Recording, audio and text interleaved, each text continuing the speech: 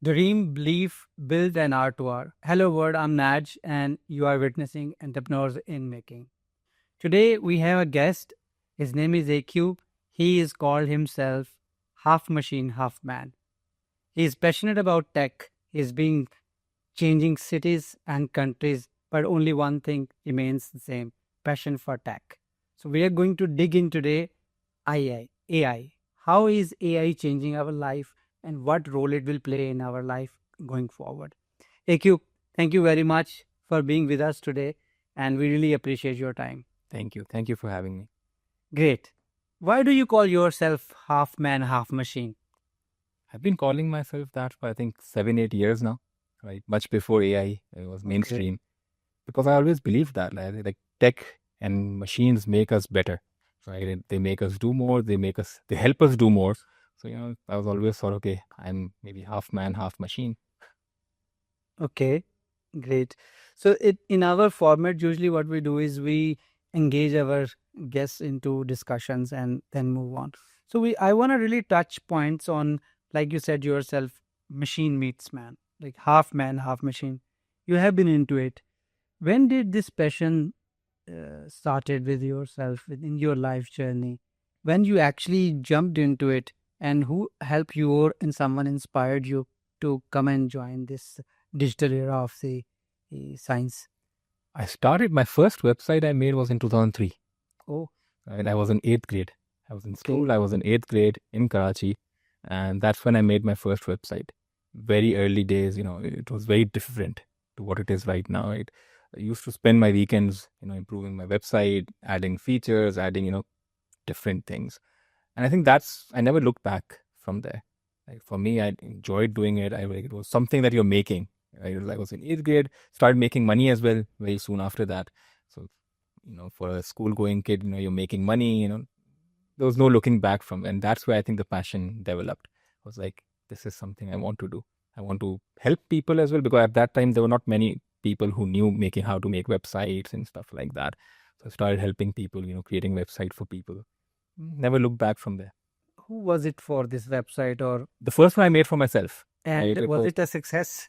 It was a success in the way that it helped me come into this industry. Right? It kind of exposed this whole industry to me.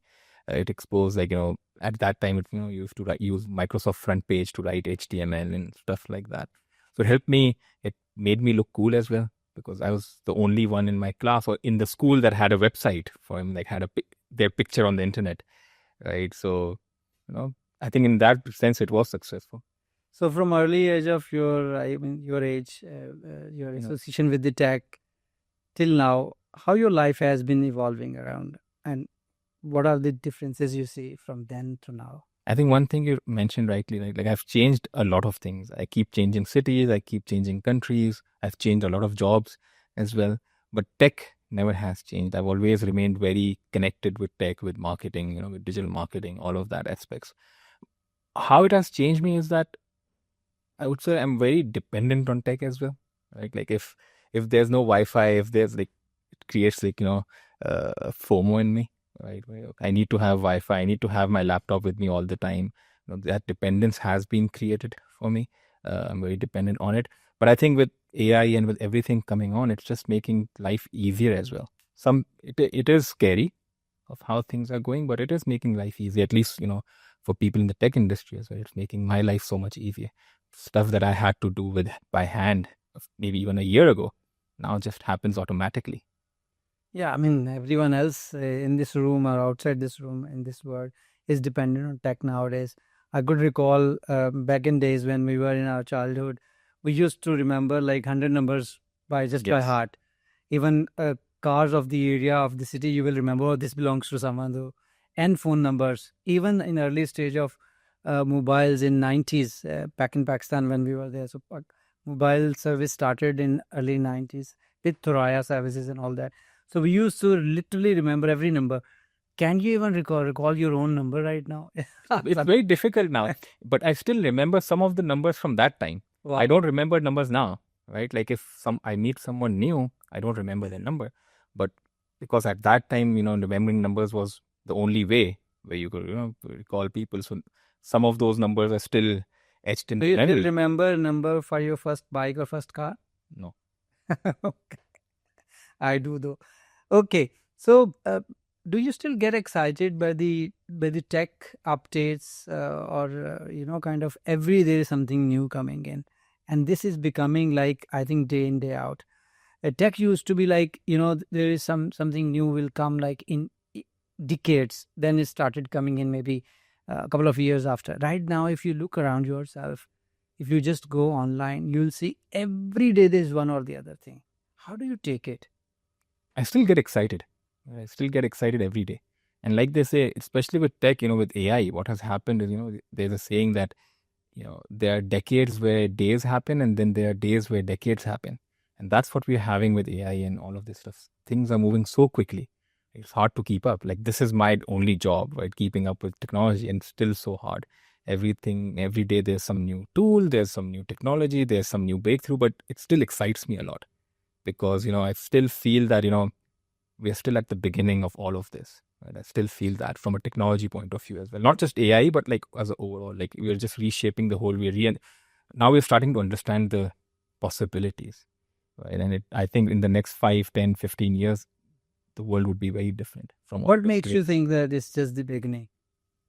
Because until now, it's only been humans who have been the intelligent species on the planet, right? Like Okay. we've always been at the forefront of coming up with new ideas, coming up with new things.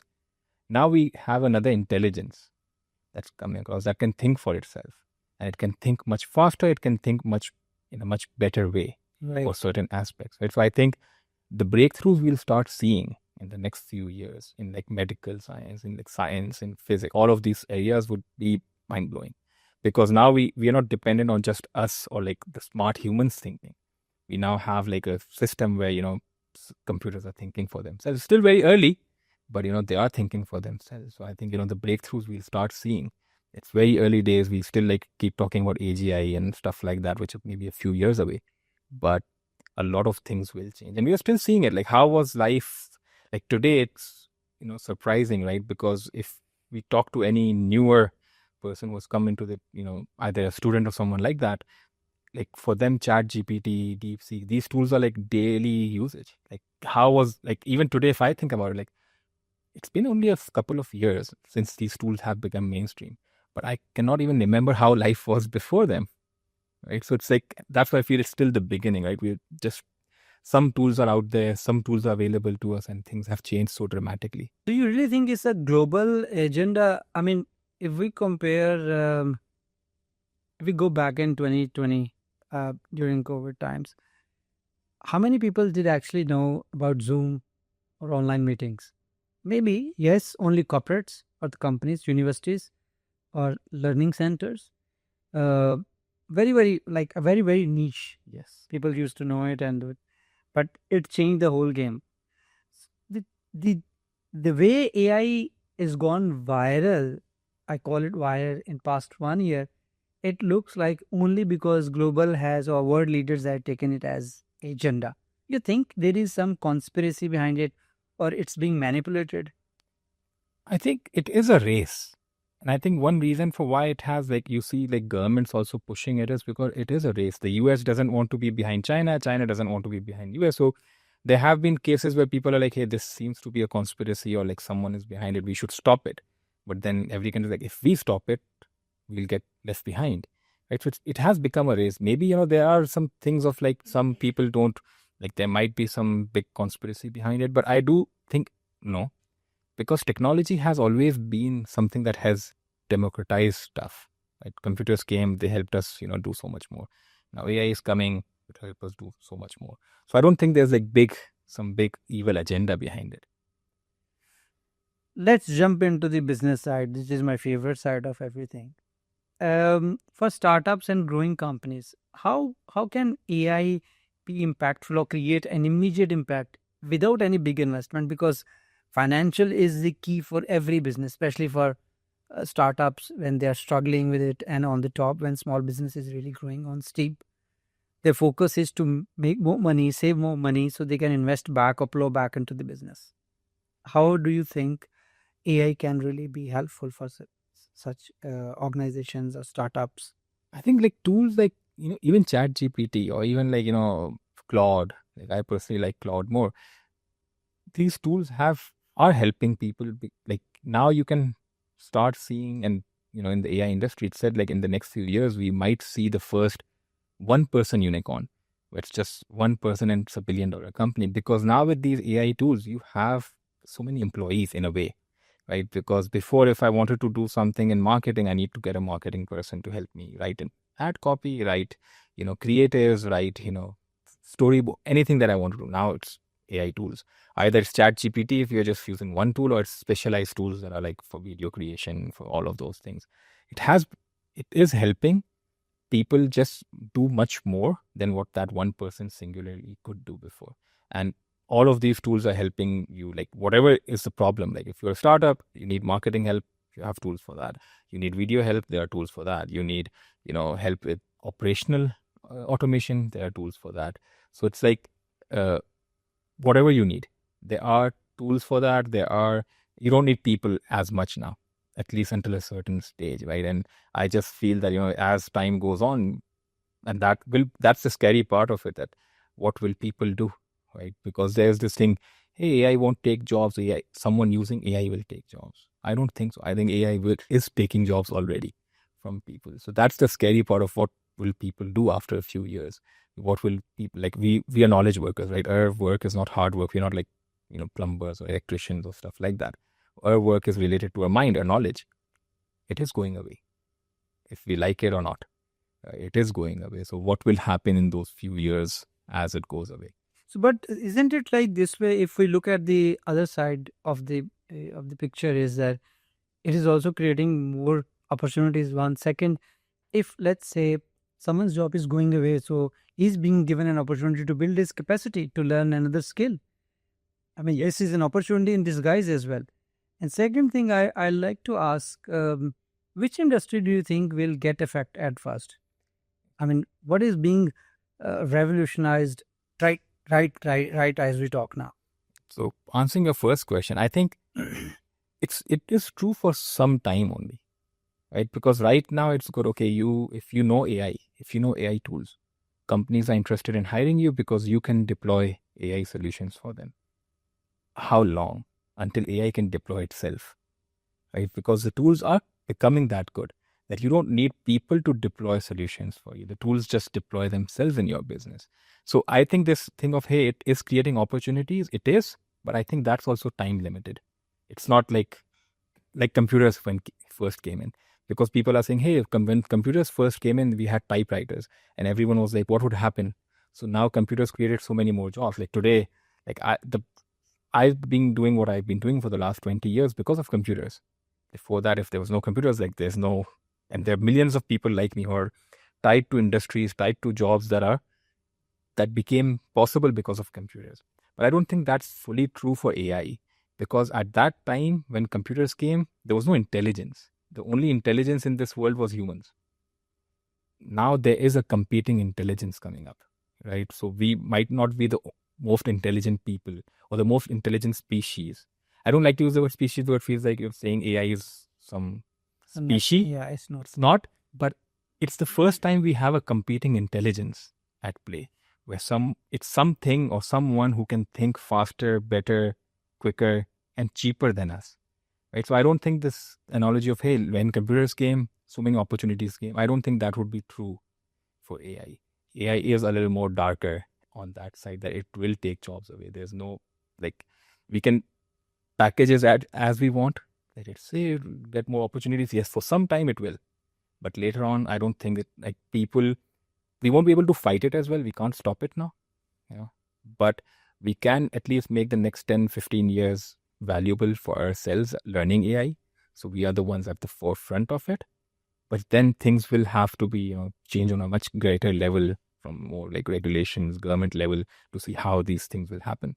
So you think like you yourself mentioned that people who would know how to use AI, they are skilled, they would be able to survive, but not that long. There will be time barred. Yes. This will be time barred too.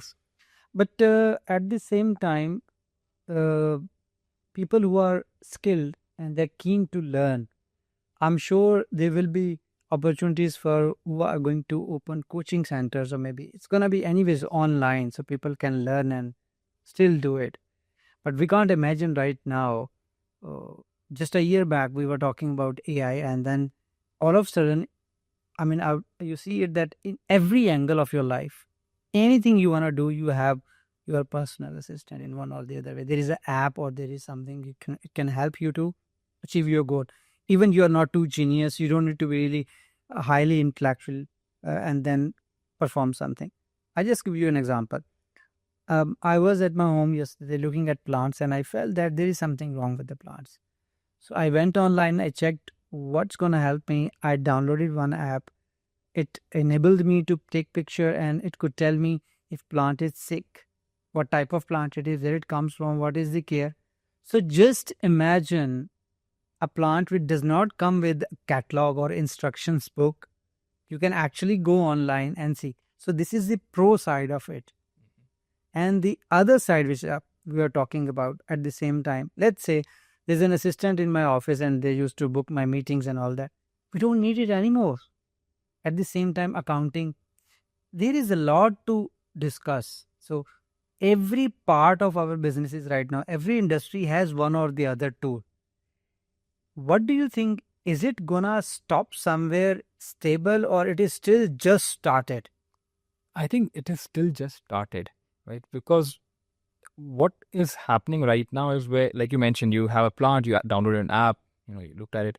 It's very scattered right now. There are solutions for everything, not everything, like a lot of things, but they're not like in one general interface, right? Which we like, AGI, artificial general intelligence.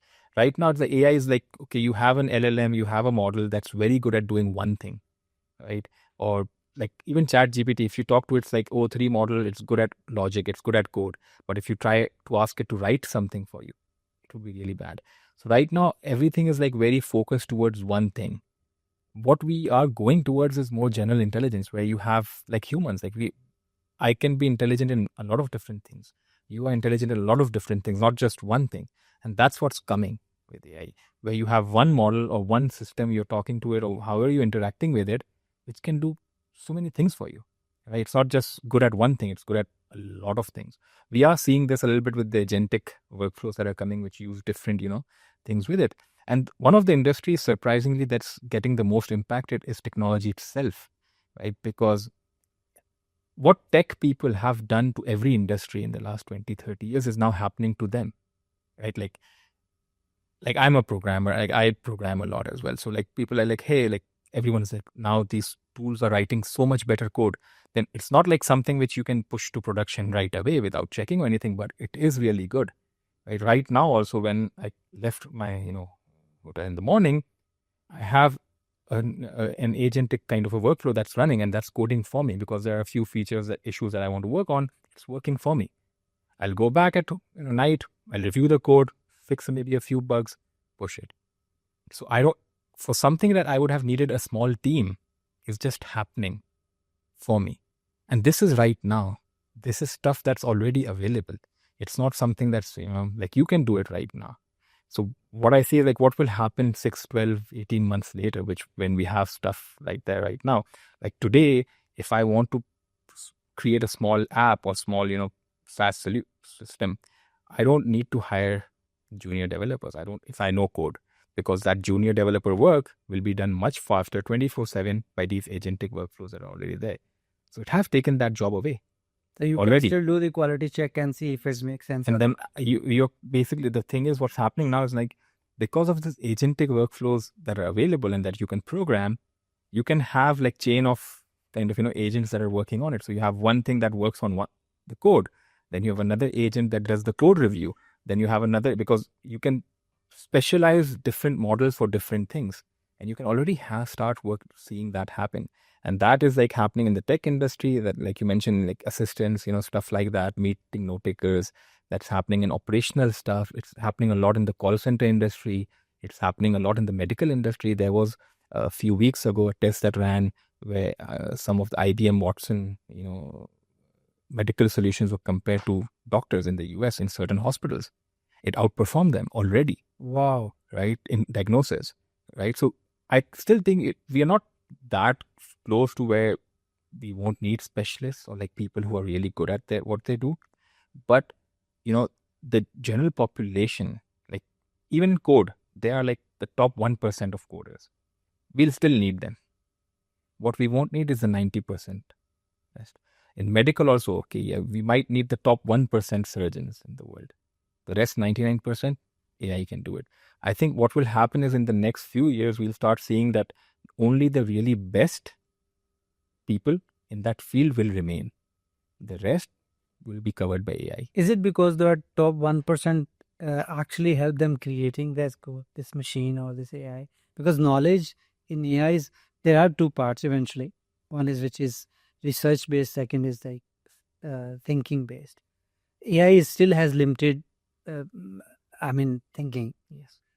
Compared to a human being. So I'm sure that this is how it's gonna. Yes, because it's a novel, what we call novel ideas, right? AI is really good at figuring out patterns. It's figuring out solutions that already exist. It's still not at the stage where it can create new solutions. And that's where, when you start looking at the top 1%, what do they have? Like, even if you look in your company, what do the top 10%, 5%, 1% of your team members have that they fix problems, right? So that's why you will still need them. How long, we don't know, but at least, until a certain point, you'll need those people. But that's where, and that's like in technology, because I'm from that industry. So that's where most of my examples come from. We say that I like to say 90% of my skills that I had are now worth $0. Wow. But the 10% skills that I have, because I'm in this industry for so long and I'm really passionate about it and I make sure that my work is good, the 10% skills that I have are now worth 100x more, because companies need that. Companies are like, hey, we don't need someone who can write basic code. We don't need that. AI is doing it. But now we need one person who's really good at the architecture side of stuff, who can come in and manage this whole kind of AI deployment, AI development solutions. And that's what's happening in every industry, that, someone, like, most of our skills are now worthless. Like, even ask content writers, like, they were the first to get impacted. Like, most content writers today, most of their skills, AI is doing it better. But a really good content writer is someone you still need, because you need someone to come up with those new ideas. So their 10% of their skill is now worth a lot more, because the company is saying, hey, we don't need 10 content writers. We just need one really good one. We'll pay them well. Right? We'll pay them well, but just need one person and AI writes the rest. And if they upgrade their skill, they can be 100x again. They can definitely encash it.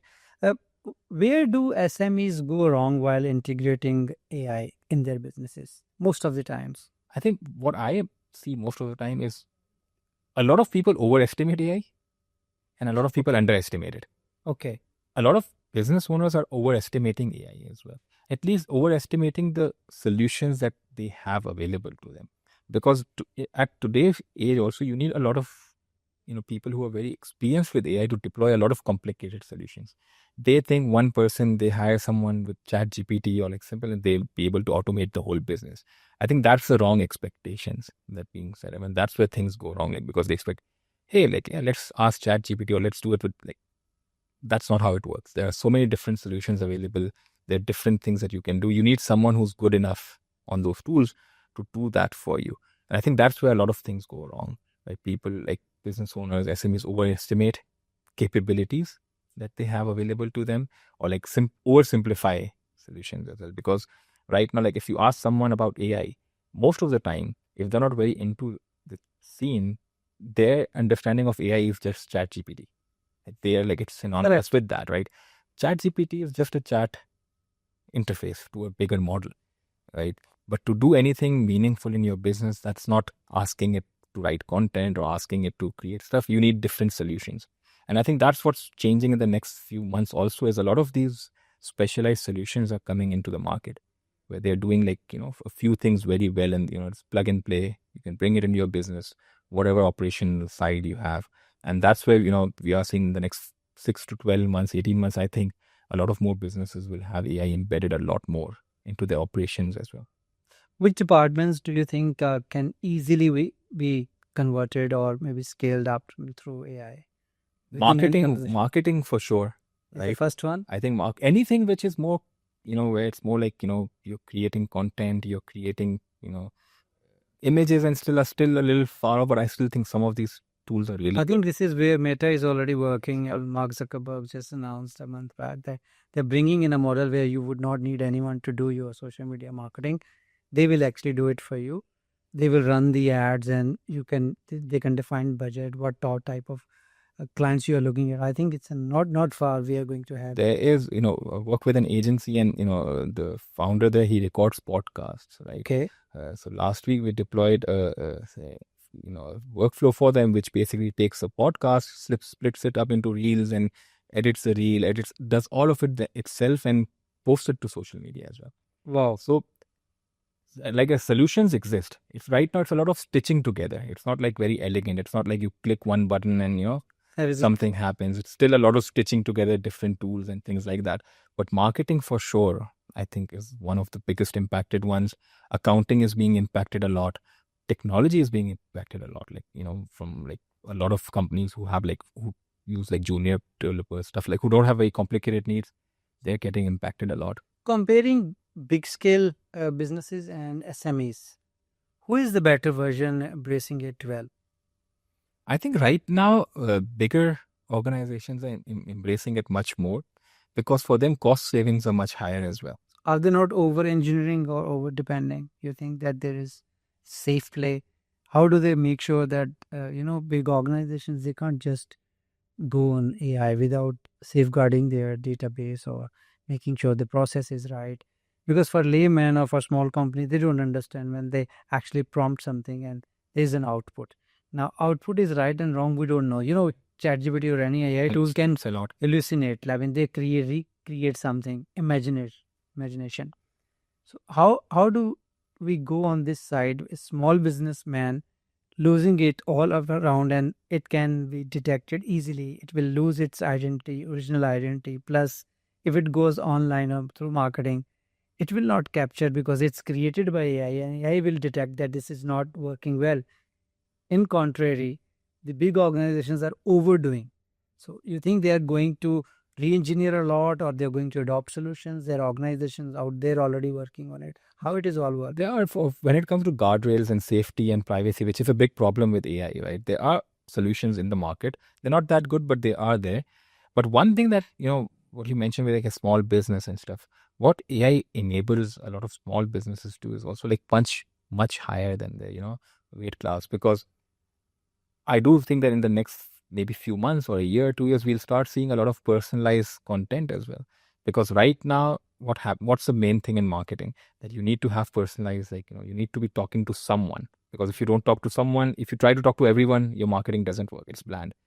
But there is a possibility that in the next few years, we'll have content that's specifically created by AI just for me on that marketing channel based on all my data signals, right? So that's like still it's relevant, because right now, how do marketers do it? They try to put you in buckets, right? That, hey, like this person, age, gender, city, income, like that sort of buckets, but still a very big bucket. Like I can be in the same age, gender, income class to some other person who's in the bucket, but very different personality traits. It's still a very big bucket. The bucket is getting smaller with AI as well in marketing, because now with AI, there's no limitation, human limitations of how much pieces of content you can create, how many creatives you can create. You can create as many as you want. So why then have a bucket of 100,000 people? Have a bucket of 10 people, even one person. So your content is just specifically made for that person. So I think with small businesses, with things like solutions like that coming out, they can do a lot more. And it is like privacy, security, it's always an issue for bigger companies. But there are, like now with all of these open AI models as well, Claude model, all of these models have certain functionality that you can turn on, that, hey, don't use my data for training, don't use my private data, stuff like that. So there are solutions coming into place to have these more guardrails around it, but still it is a problem. And with how AI is and how involved it is becoming in a life, I think it's maybe no way of escaping that fully as well. It is just the one way we have to embrace it. And it gives an opportunity for small businesses to grow well, because with a little more effort, they can actually have all the departments, they can go well, they can have better data history, Yes. they can target their audience well, rightly so. going beyond business, let's touch everyday life, AI in our everyday life. So, how is it shaping our household? Like moms working or doing some using Chat GPT and kids for voice prompting at the same time. How is it changing our daily life? I think daily life is still like, unless you're like in a very tech, like like very tech focused, you like, you like to test a lot of new things. Daily life, on daily scale is still like not impacted that much, apart from all of our tools now having AI in it. Like if you're using Facebook, you're using any tool, it now has AI, integrated into it. Now, even like on Facebook, if you open comments, you now see like a summary of comments on there. So like AI is becoming part of day to day like that. I don't still think that, a lot of people just use AI on a daily basis for their daily tasks still. Correct. So, what's the right way at the moment to teach AI? I mean, whatever we are doing today, like you've been in tech for 20 years, like you said, you were able to continue only by upgrading your skill set, learning, progressive learning. You've been progressive only because you never stop your learning. If today our generation is there, they are listening about AI. What do you think? What should be the right approach to educate them about AI and prepare them for next, let's say, 10 years? I think learning AI is very easy right now, because we are like what tech was, or like programming, what all of that was in like 2005, 2008, the early days of it. So a lot of these people who are at the forefront of AI right now are very passionate about the technology, right?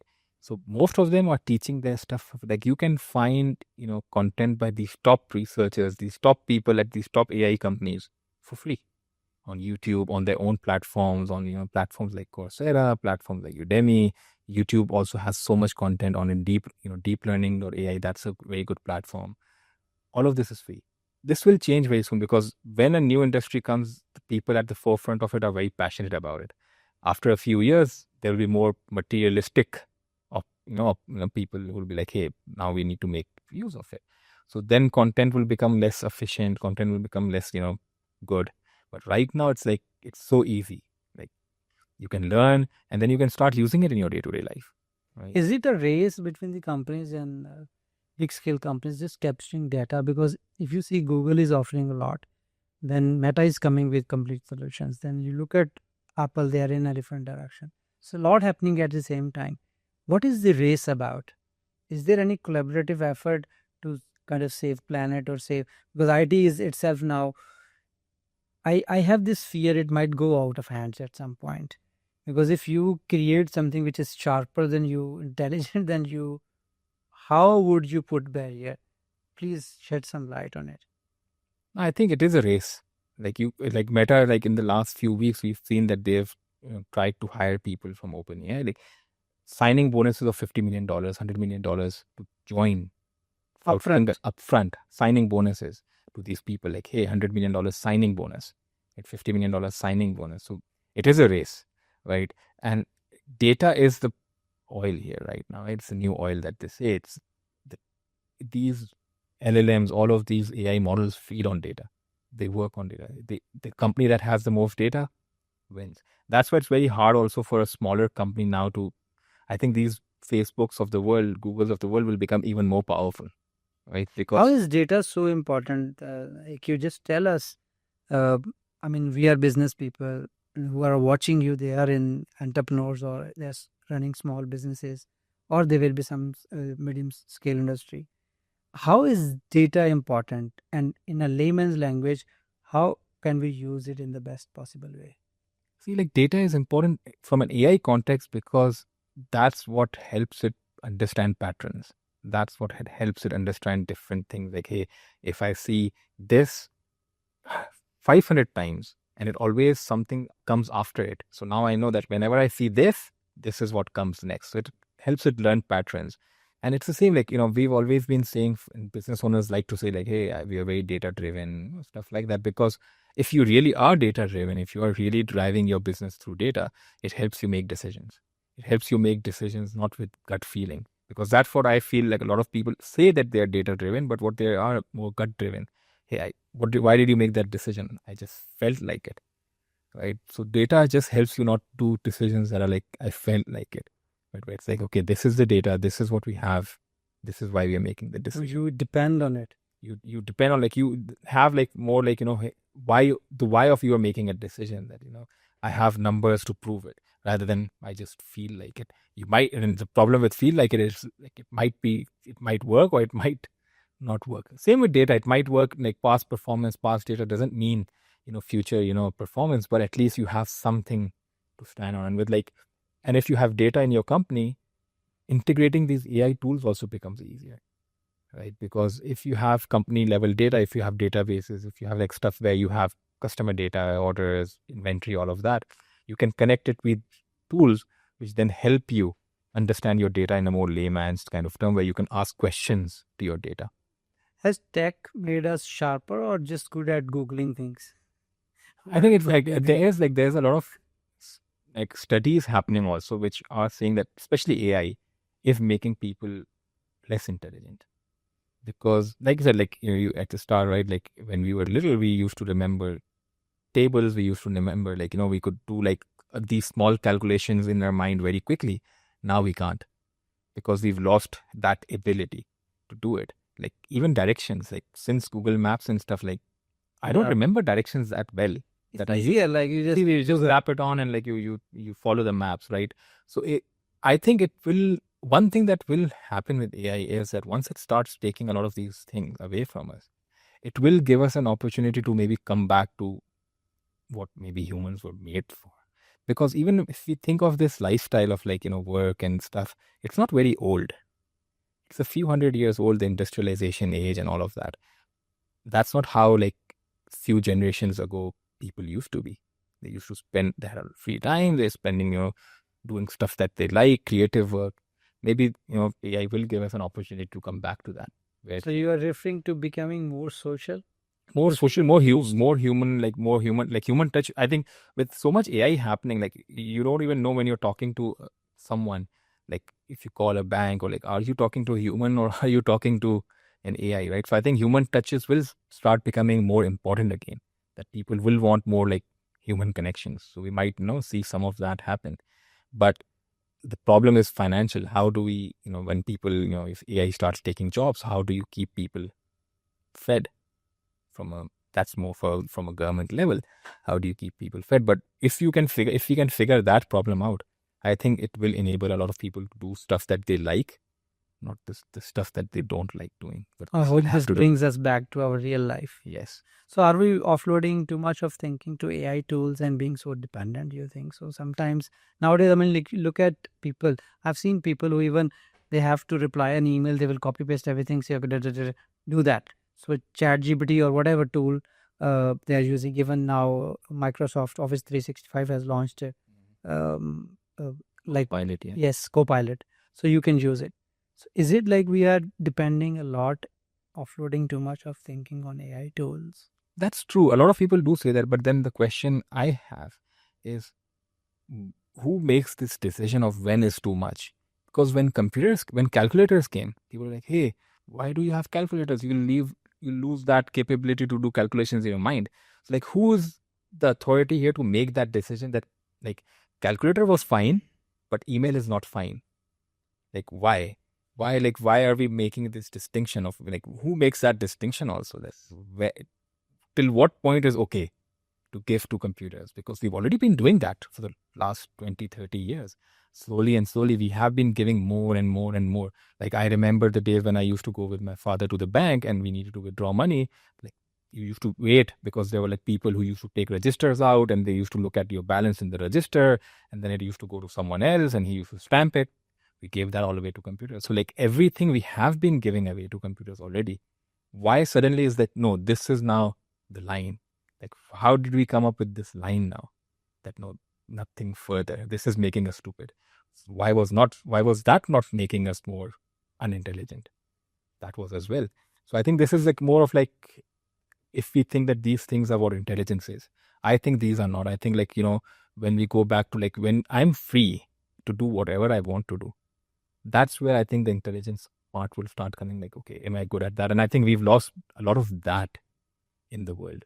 So we should be thinking about like, how do we bring humanity back? How do we bring the people back to their, real life or social life and stuff like that? That's a good thought that if our mind is free from one side, it means it's bringing it to another brighter side, like moving from manual work to computerized work. So our mind created something else. So it has better thinking, it has better thoughts. It started evolving. Okay, they created AI. Now, if we, okay, let AI take care of our routine stuff, Yes. and then our mind is free to do something else. Yes. Like what we want to do, right? Because a lot of people today have to do things that they don't like doing. Like I have stuff every day that I do that I don't like. You'll have stuff in, your daily life that you don't like doing. It's better if a computer takes care of it, which it already has been. Is it creating a lot of emotional stress at times? It is because it's the first time we have, like I said, this is not like it's the first time where we have a comparable or even a superior intelligence. Because before also, if computers like, used to play games and stuff, like you have, like, we never had actual competition when it came to intelligence. We never had it, right? Like we had like tools and stuff, but we never, like Excel was good, but Excel never talked back to you. Correct. Right? Word never talked back to you. Google Docs never talked back to you. Right now, for the first time, we have systems that are talking back to us, that are actually intelligent, that are coming up, like they're thinking, they're doing stuff. So I think that's where the stress comes in, because deep down we know that okay, these tools can make us jobless. We know that deep down. So being emotionally intelligent will become new differentiator in the automated world. Yes, I think human contact will become even more important. Right? We like to I'd not like to talk to bots all day. Is business easier doing today or pre-COVID? What's your thought about it? I think the options to doing business are easier today. Right? You have so many options, you have so many solutions that make it doing easier. Is business actually easier? I don't know, because it has a lot of other things in play, like economy and stuff like that. But the options that you have today, like you didn't have them a few years back. Today, like anyone who has an idea doesn't need a lot of people to execute on that idea. That's the part that has become much easier. Anything you can resonate that which was must to have prior to COVID, but it has become irrelevant in today's time? I think from like tech industry, like pre-COVID, like before this AI LLM mainstream age, if you needed to do anything, you needed to write a lot of code. You needed to know code. You needed to know a lot of things. Today, if you even don't know it, but you know how to use these tools, like there's this movement right now called vibe marketing, where people who are not that, who just have an idea, are using tools to code, or using tools for marketing stuff. Like I just had a friend yesterday show me a video that he made using AI, right, to market his company. So like people are using these tools to create things which might have costed them a lot of money before. So now like they have those options open for them. Any AI startup which impressed you in recent times? I know you keep exploring new companies. So what is lately there which impressed you a lot? I think with AI, it's very difficult to say, because every day you see something which like makes it like, okay, this was what. But one thing that has changed my work a lot in the last, I would say, 1 or 2 months is Claude, which is, Anthropic's, AI models, but they came out with Claude Code, right, which is a more of an agentic, semi-agentic AI, coding tool. Personally, that has changed a lot for me in the last, 1.5. Like I've done so much more work from a programming point of view, technology point of view, compared to what I would have done maybe in 6-7 months. I've done in less than a month. So I think that personally, like that has impressed me. The quality of code, all of that has impressed me a lot. But I still think like, with like how things are going, like every time something new comes up, the old seems like, this is much better. Is AI making more challenging for tech-based startups in today's time, you think? It is. It is, because it's becoming, it's becoming easier to do anything tech related now. It's on automation. It's on automation. It's so much easier to do tech related stuff. It's cheaper as well to do that, right? Like I use Claude Code fully. I pay like $200 a month, maybe a few things others, which would have needed maybe, 3-4 developers, junior developers, for me to get that much work done. Now it's just $200 subscription. So it is making tech much more easily accessible, right? But anything that is related to knowledge work is where AI is working really well. What do you suggest to young entrepreneurs who are working on their tech startups? What is the suggestion that how can they make a sustainable, innovative startup in today's time when there is a lot available? I think one thing that we have to look at when you're doing anything in tech right now, and especially with AI, is that don't build for what's available right now. Right? Build for what will be available like 6-12 months down the line, right? Because things are moving really fast. So if you're building something which is already possible in today's world, it would be a very difficult journey. So you have to say, okay, where are we right now? Where do I think that we will be with this technology in the next 6-12 months? That's what you build for. So, AQ, what excites you still about AI and what do you see in next 10 years? I think what excites me is like how life will be different, right? Like it's very hard to imagine right now also, right? So that's what excites me. It worries me as well. It's scary, especially with how will we know what's true and what's not as well. I think I'm more scared about that. I'm not, that scared about like the job. Or I know it's easy for me to say because I'm not like using it. So I know that I'll be fine with it. But what's scary for me is that with still technology that's available today now to us, we can clone voices, we can clone people for video, and it's getting better every few months. So I'm like, a year down the line, 2 years down the line, how will we know what we are seeing is actually true?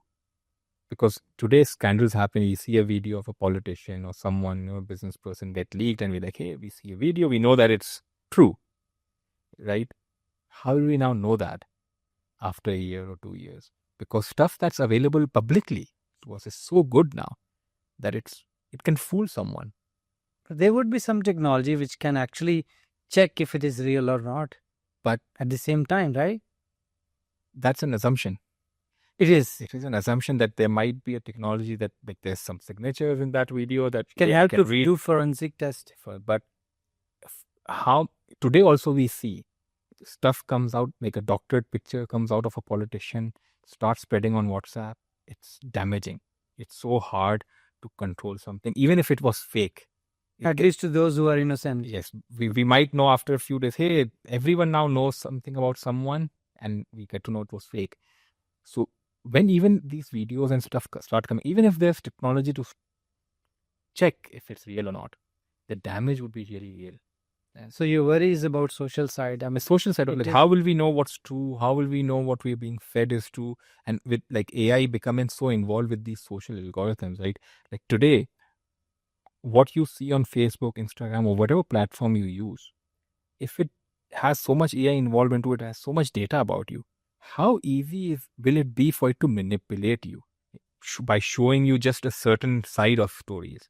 A certain side, like if you are right now, it wants like the establishment wants everyone to be anti-immigration. It would be easy for them to show you stuff that's only anti-immigration or like whatever policies they want to support. So it becomes really difficult, and that's what scares me. Like how will we know what we are seeing is actually the truth? But apart from that, everything else is exciting. That like the technology that's coming in, like how will my life be easier? Like I'm a lazy person, so the less I have to do. So I'm really excited about that part. So what do you do still, even being tech surrounding guy? Still do analog or no app or no AI thing? Anything in your life you still do it like as in a lot of things, right? Except eating food. A lot of things, but I still like I would like like I'm okay with the AI kind of coming in and doing stuff for me. I'm AI wife, AI adopted kid. I don't know about I don't know if we go that far, but it will, like there are apps right now, there are tools right now where it's AI, girlfriends, boyfriends, stuff like that, because some people say it's good because it's helping people who don't have relationship, who are lonely, get some sort of connection, but it is dangerous as well. Is it causing fear to face people, real people? That's the problem. That's like it starts becoming that, right? Because then if if you're just using computers, or like you're stuck in your room just using, that, and your relationships are also like not real. Like, won't it make you more antisocial? Won't it make you more socially awkward? Like stuff like that starts coming in.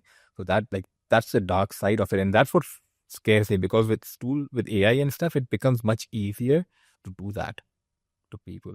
So that's the scary part of it. So what's the like kind of truth about technology people most of the time ignore? Anything you think that the technology has, but people just tend to ignore? Like maybe It's a dark side of it, technology, right? Like even till today, like technology has such a dark side. Like computers, as the core, I think the core main thing, the main technological advance, like the computer itself, has enabled us to do so much. At the same time, it has enabled a lot of other things as well. Like, if it has enabled us to do so much good in the world, it has enabled surveillance as well. It has enabled so much negativity in the world as well. So I think with tech, with everything, it's a lot of negative that just goes under the rug, kind of a thing, which people don't think about because they don't see it every day. right. It's the eventually technology is there is the usage how people are taking it. Like you yourself said, it's being technology is being misused sometimes to blackmail or fabricate stuff which are not actually true. So it has its goods and bads. At the end, it goes back to the usage. What do you want to give a message to people who are in tech world? You have been yourself an employee and all that. You've been an entrepreneur yourself. You ran multiple businesses at a time, not only in your home country. You actually did across westward. So, what is your source of inspiration being entrepreneur till today after so many failures or falls, and it keeps you going? I think for me, it's building new things. I think, like, for me, what keeps me running is like building new things. And like, if I'm building something, I'm happy. Even if it works, it doesn't work. People like it, don't like it. I just keep building stuff. I keep building tools. And I think for people who are, thinking about doing something, I think having AI very involved into your business is the key. That unlocks efficiency. That unlocks, like operational efficiency. Any sort of stuff you can do so much today, even with AI. So, like, even if you're a business person, doing business somewhere, learning AI is very important, right? Because it will help you. Like, learning AI will be for us, like, in the few years, like learning how to write. Like, you cannot, if you're a businessman, you know how to write, so you will need to know, you will need to be AI comfortable. Like today, someone who comes to you for a job and they say, I don't like using computers, or I don't know how to use a computer. It's very rare that you'll get to, find someone. Very true. I think AI and these tools will become like that. That will be like, hey, you know it, right?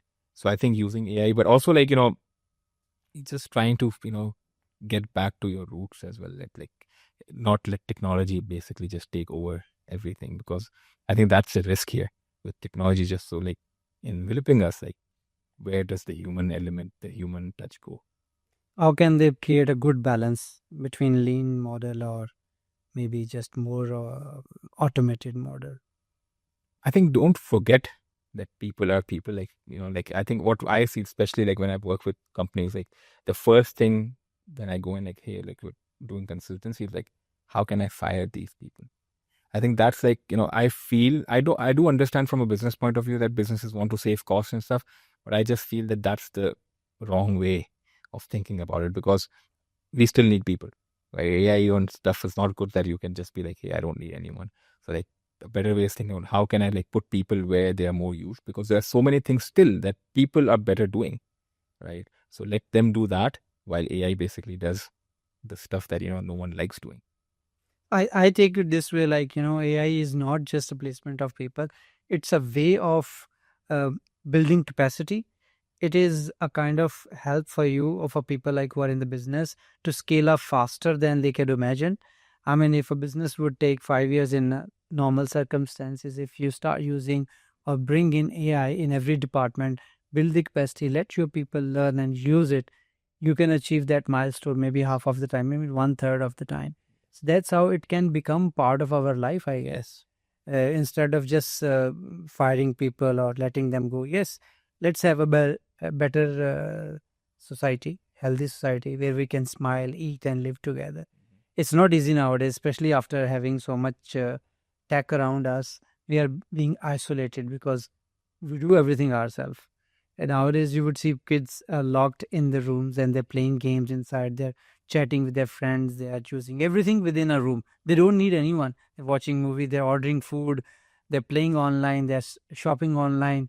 So everything is just around the tech, which is not a healthy lifestyle, and sometimes it disconnects you. So this is the kind of another emotional stress people may be going through, especially who are in the middle to older age, like after they are on the late 50s or onward, they are left alone because people from their earlier generation, they are so much engaged with tech or their routine, right? Yes, that is completely true. Correct. So this is about today's episode. We had AQ with us, so who is a tech geek. He gave his insights. So he is not as bad as we think, and it's not as good as we think. We should not over depend on AI. We cannot really put everything on AI. Just by having AI in your business does not mean that it's gonna deliver. It's gonna think on your behalf. So there's a lot for you to do. AI is just there to help your operations. Maybe it can optimize your marketing side, your administrative work, but your business is still dependent on you. So don't think that by just having AI, you are going to make this business or scale up. Is the usage of it. It is important that you actually upgrade your people, help them upskill themselves, learn better skills, and then help. Anyone who is watching there wants to actually come out and have help from Abdul Qadir. He does give back to society a lot. He teaches, which is again something which he did not talk about. He is available for anyone, young entrepreneurs who really want to understand about AI, want to get seek some guidance. You can get in touch with us. Till now, till the next episode, let's rise together.